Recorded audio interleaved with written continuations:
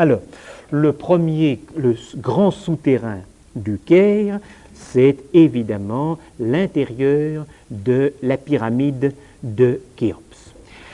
Les pyramides sont d'abord présentées de l'extérieur par Nerval et par l'intermédiaire d'un vieillard qui raconte des traditions arabes et égyptiennes sur les pyramides, traditions arabes et égyptiennes qui contredisent et qui situent les traditions chrétiennes et scientifiques sur ces monuments.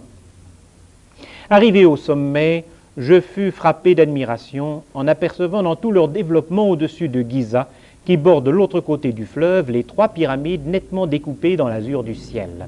Je ne les avais jamais si bien vues, et la transparence de l'air permettait, quoiqu'à une distance de 3 lieues, d'en distinguer tous les détails. Je ne suis pas de l'avis de Voltaire, qui prétend que les pyramides de l'Égypte sont loin de valoir ses fours à poulet, mais il ne m'était pas indifférent non plus d'être contemplé par 40 siècles. Mais c'est au point de vue des souvenirs du Caire et des idées arabes qu'un tel spectacle m'intéressait dans ce moment-là, et je me hâtais de demander au cheikh, notre compagnon, ce qu'il pensait des 4000 ans attribués à ces monuments par la science européenne.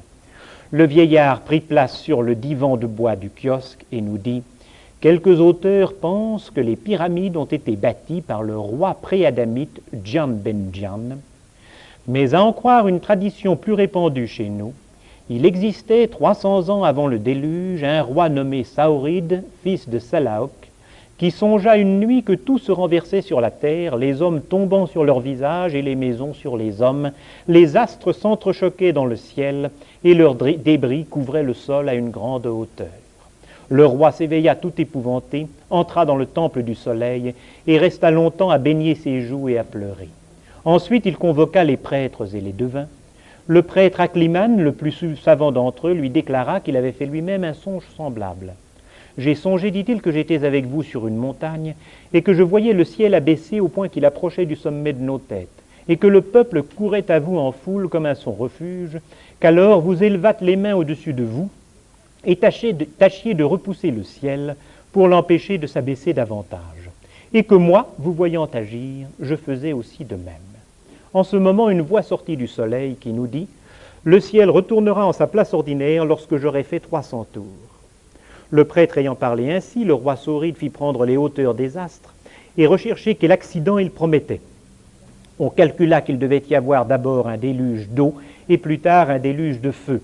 Ce fut alors que le roi fit construire les pyramides dans cette forme angulaire propre à soutenir même le choc des astres, et poser ces pierres énormes reliées par des pivots de fer et taillées avec une précision telle que ni le feu du ciel ni le déluge ne pouvaient certes les pénétrer. Là devaient se réfugier au besoin le roi et les grands du royaume, avec les livres et images des sciences, les talismans et tout ce qu'il importait de conserver pour l'avenir de la race humaine. Vous voyez ainsi les pyramides qui sont interprétées, comme chez beaucoup de gens encore aujourd'hui, comme un abrégé de sciences antiques. Et à l'intérieur de cet abrégé des sciences antiques, de cette espèce de time capsule, vous voyez, comme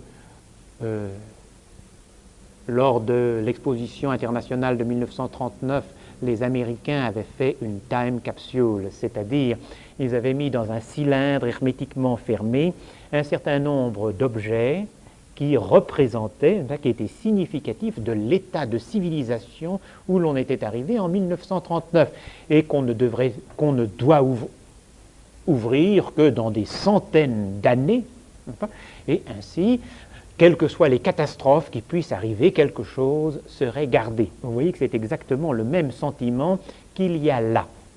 Et cette science primitive, ces traditions primitives, c'est, selon Gérard de Nerval, ce qui transparaît, en quelque sorte, ce qui transpire à travers toutes sortes de traditions qui sont des traditions marginales, qui sont ce qui ce qui réussit à se maintenir malgré les institutions principales.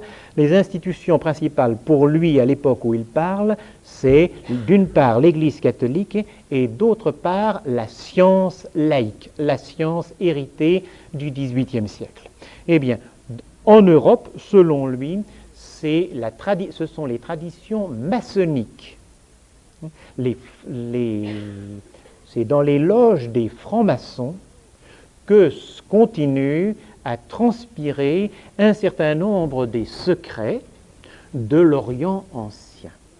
Et ces thèmes maçonniques, nous allons les trouver dans tous les récits encastrés à l'intérieur du voyage en Orient. Nous les trouvons déjà dans la Grande Pyramide, nous les retrouverons chez les Druzes et nous les retrouverons enfin dans l'histoire d'Adoniram et de la reine de Saba.